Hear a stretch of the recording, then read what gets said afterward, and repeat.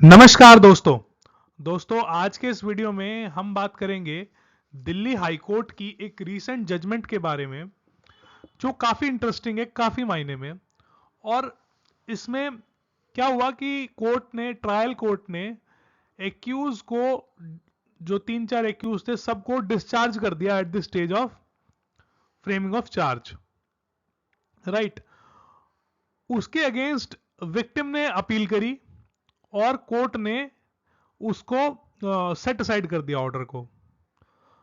तो हम इसमें देखेंगे कि कैसे कोर्ट ने सेट असाइड कर दिया ऑर्डर को, केस के फैक्ट्स क्या थे, और you know what is the observation of court, हमारे लिए सीखने के लिए क्या है।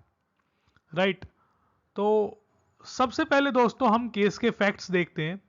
तो अगर आप अगर आपको इंटरेस्ट हो पढ़ने में जजमेंट को, तो आप दिल्ली हाई कोर्ट की वेबसाइट पर जाके ये केस नंबर डालेंगे, क्रिमिनल रिवीजन पिटिशन 788/2023, तो आप आराम से डिटेल में उसे पढ़ सकते हैं।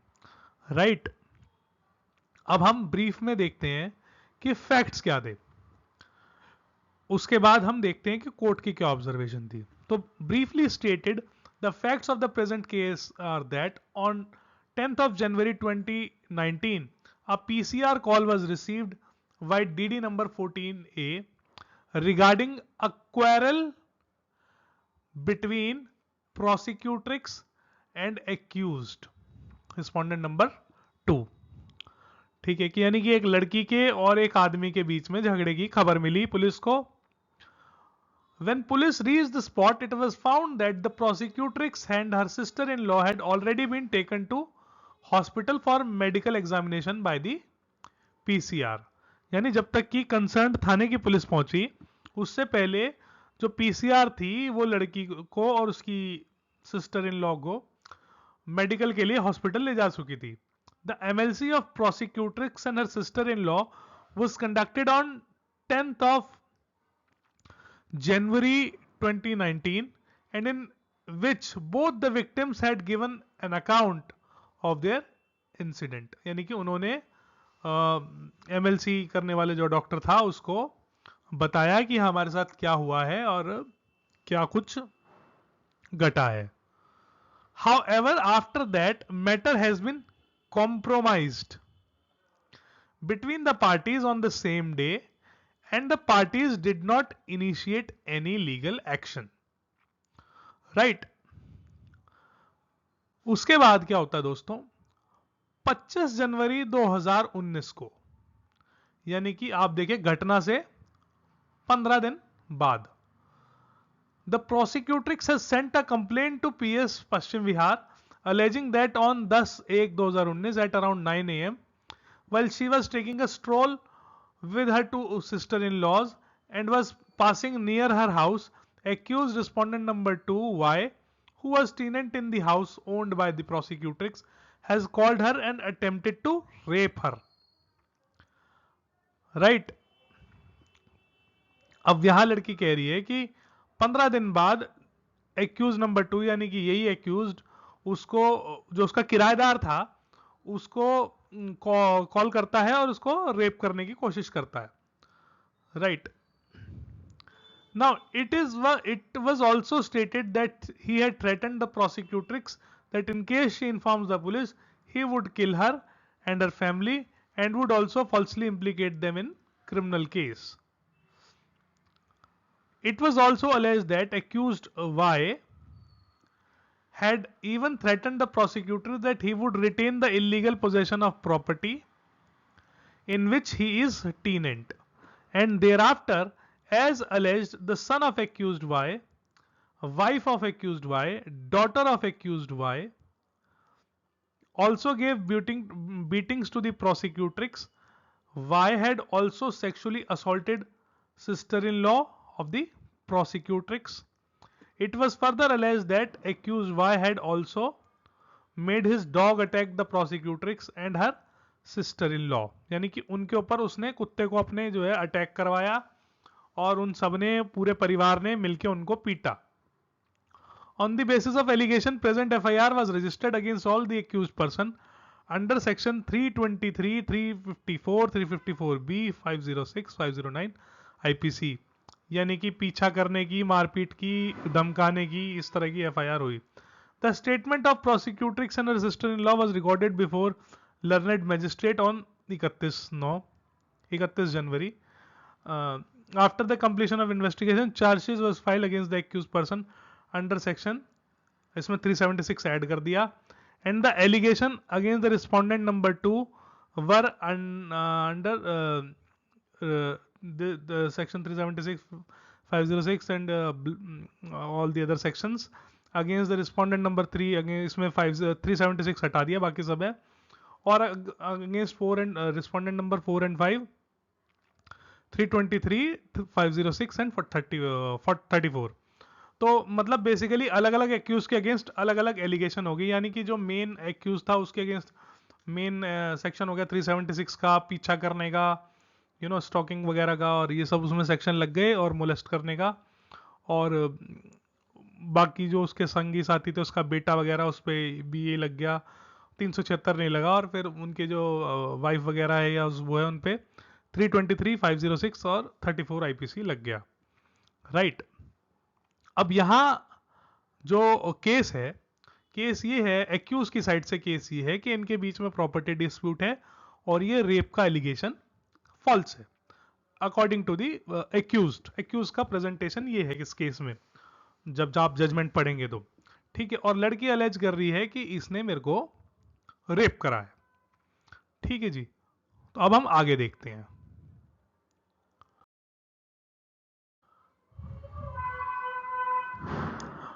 अब सबमिशन बिफोर कोर्ट क्या आई. अब यहां दोस्तों, इससे पहले कि मैं ये सब बताऊं, इसमें हुआ ये कि ट्रायल कोर्ट ने क्या करा कि ट्रायल कोर्ट ने at the stage of framing of charge सब एक्यूज को डिस्चार्ज कर दिया. क्यों डिस्चार्ज कर दिया? डिस्चार्ज इस बेस पे कर दिया कि कोर्ट ने क्या करा कि विक्टिम का, जो ट्रायल कोर्ट था, उसने विक्टिम का और एक्यूज का दोनों का पॉलीग्राफ टेस्ट कराया, और उसके बेस पे ये पाया कि लड़की का केस फॉल्स है और लड़के का केस ट्रुथफुल है, सच्चा है. तो उसने लर्नेड जो ट्रायल कोर्ट था, ट्रायल कोर्ट ने वो केस उसका लड़की का डिस्चार्ज कर दिया सबको. सो अब हम देखते हैं क्या कोर्ट ने उसमें कहा. जो लड़की की तरफ से जो काउंसिल थे उन्होंने क्या कहा. Learned counsel for petitioner prosecutor states that there was a specific allegation against respondent number 2 and 3 regarding sexually assaulting the petitioner and her sister-in-law respectively. It is also stated that the said allegation leveled up by the prosecutrix are corroborated by her MLC and the statement recorded under section 164 CRPC. It is argued that the learned trial court has committed an error by relying upon a polygraph test report of the petitioner and respondent number 2 as the same is not conclusive proof of innocence of accused and no inference can be drawn from the said report. It is also stated that this report is not relevant especially at the stage of charge. अब वो कहते हैं कि जी charge की stage पे ये relevant नहीं है, since the prosecutrix petitioner was put on limited intoxication and it depends upon anatomy of each person as to how much she can tolerate a certain level of intoxication. Right. It is also argued that the learned trial court has also erroneously relied upon a CCTV footage without applying its judicial mind to the allegation leveled by the prosecutrix and the contenter of statement. It is stated that learned trial court has committed an error by framing charges only under section 323, 354, 354B, 506, 34 of IPC against respondent number 2 and 3 and by discharging respondent number 4 from all the offenses alleged. यानी जो main accused है उसके against से 376 हटा दिया और बाकी respondents को सभी आरोपों से बरी कर दिया. Therefore, it is prayed that charges under section 376 of IPC be frame against all the accused, that is respondent number 2 to 5. तो वो कह रहे हैं कि इनके चार्जेस बढ़ाइए, और जो ट्रायल कोर्ट है उसने मेन सेक्शन जो 376 का है उसको हटा दिया। तो ये लड़की की तरफ से दलील कोर्ट में दी गई। अब स्टेट की तरफ से क्या कहा गया या रिस्पोंडेंट की तरफ से क्या कहा गया?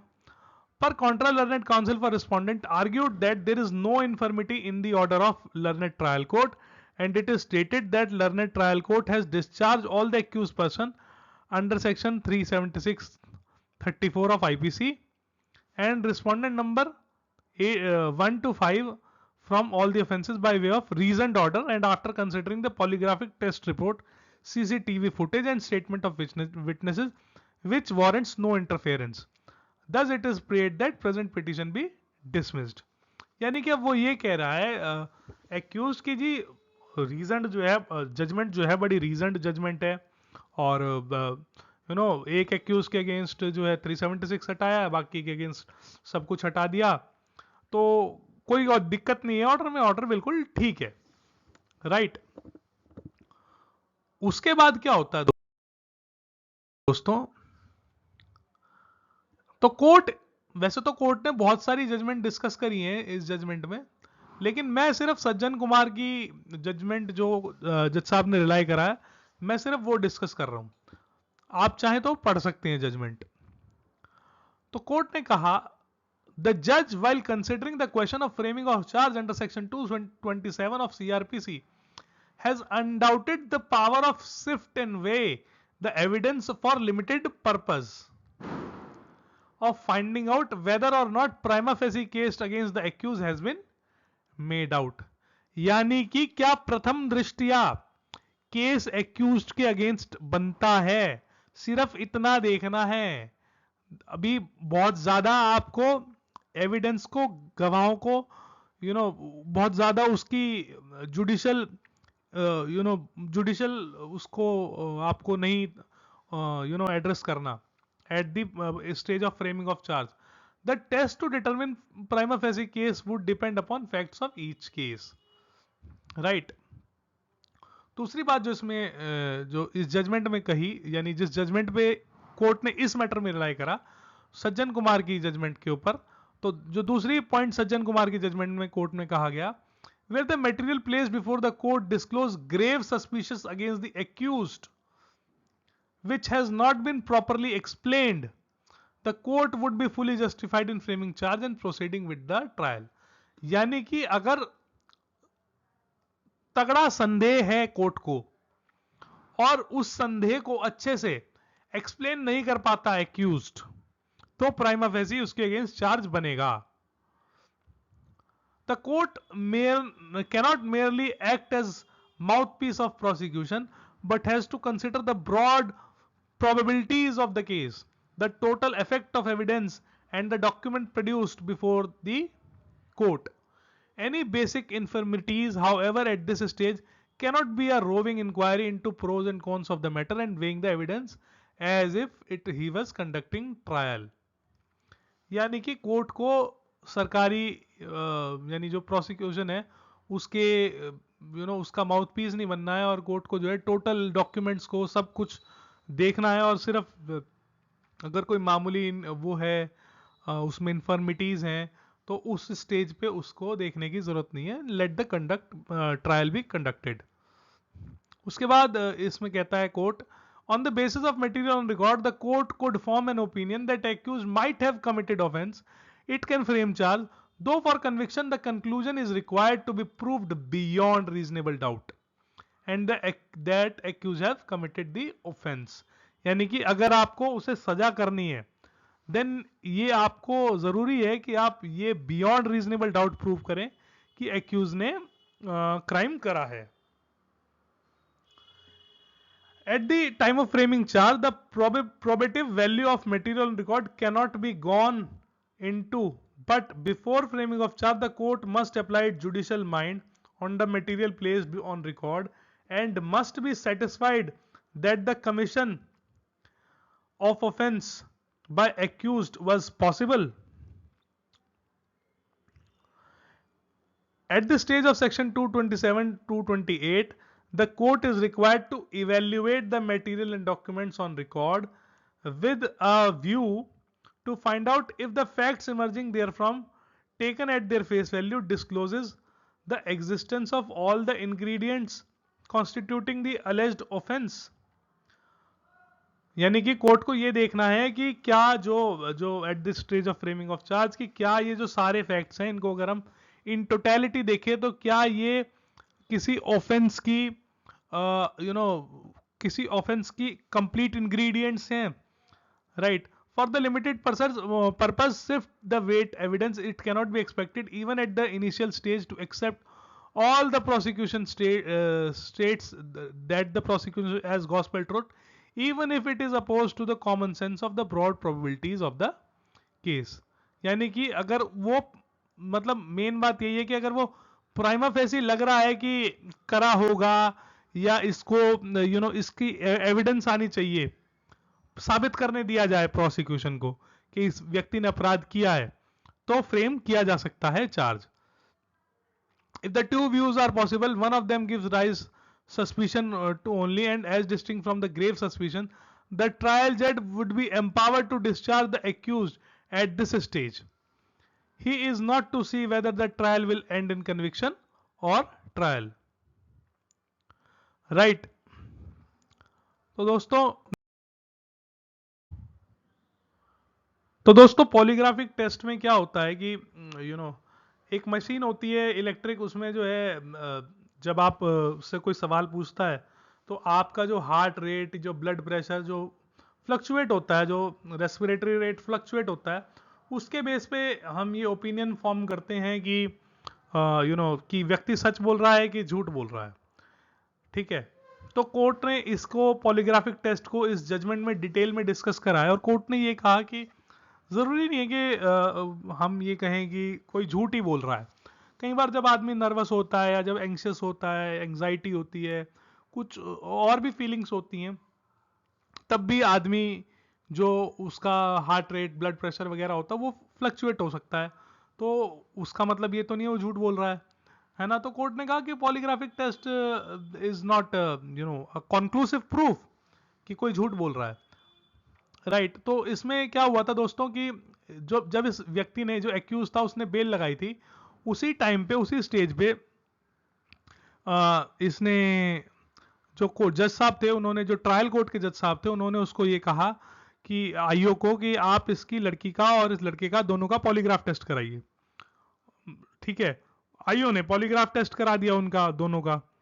उसके बेसिस पे क्या हुआ कि जब ये चार्जशीट फाइल करी बाय द आईओ, जब आईओ ने चार्जशीट फाइल करी, तो जिस जज के पास वो गया at the stage of framing of charge, उसने उस पॉलीग्राफ टेस्ट के बेस पे जो एक्यूज था उसको 376 से डिस्चार्ज कर दिया और बाकी सारे एक्यूज को जो है दोस्तों उन्होंने डिस्चार्ज कर दिया सभी सेक्शंस में, और जो मेन एक्यूज था उसको 376 से डिस्चार्ज कर दिया. राइट. ये उन्होंने किया और उसके अगेंस्ट फिर ये लड़की हाई कोर्ट में गई.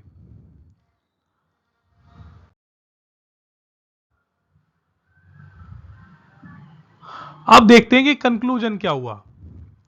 तो कोर्ट ने क्या कहा. कोर्ट ने कहा कि every criminal trial is an effort to finding out truth of the matter. सच जानने की एक कोशिश होता है हर criminal trial.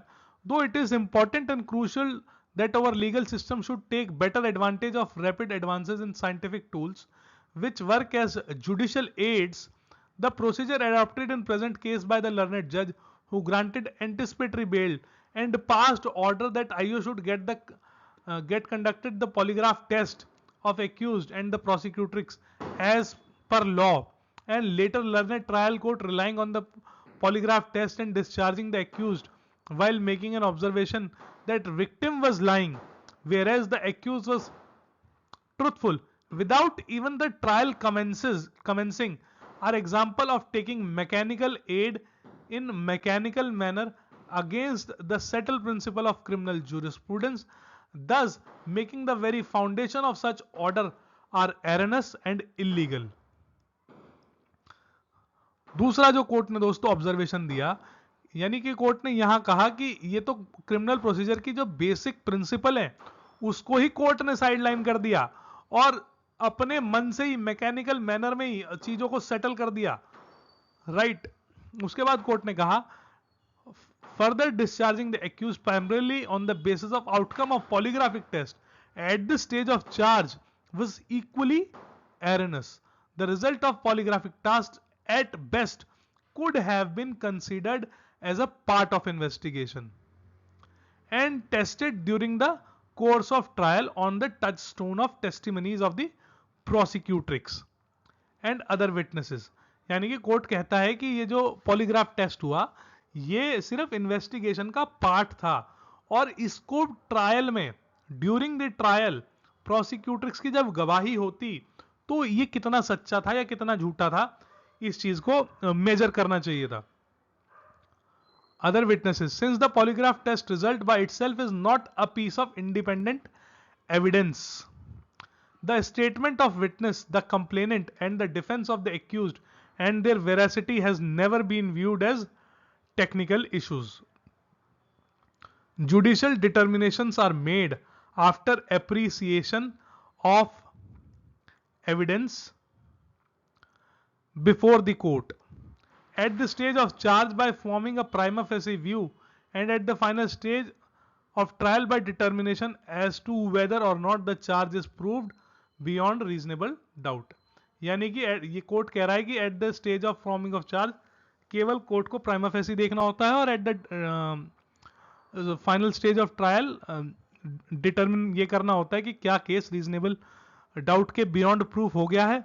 A probable truth or a probable lie presented to the court through polygraph test report when neither any medical expert witness nor any prosecutrix, other witness or electronic evidence etc. had been brought on record by their examination. यानी कि जो polygraph test हुआ उस doctor का भी आपने गवाही नहीं हुई और आपने जो है उसको एक्विटी उसको डिस्चार्ज ही कर दिया. And the MLC and the statement of prosecutors and witnesses under 161 and 164 CRPC were to be made basis of order on the charge and polygraph test report could not be substituted the said material on the record. यानी कि polygraph मतलब court ये कह रहा है कि भाई गवाहों की गवाही होनी चाहिए, जो पॉलीग्राफ टेस्ट हुआ है उसकी रिपोर्ट, जो डॉक्टर ने उसका जो मेडिकल करा है, जो बाकी बातें हैं दोस्तों वो सब they should be tested on the cross examination. और ऐसे ही सिर्फ आप you cannot on the basis of polygraph test you cannot set aside everything else on the basis of polygraph test and you discharge the accused. तो दोस्तों ये judgement है जिसका लब्बो लुआब ये है कि पॉलीग्राफ टेस्ट के ऊपर आप किसी को डिस्चार्ज नहीं कर सकते और you have to take the matter to the stages of trial. देखने के लिए आप सभी का बहुत बहुत धन्यवाद.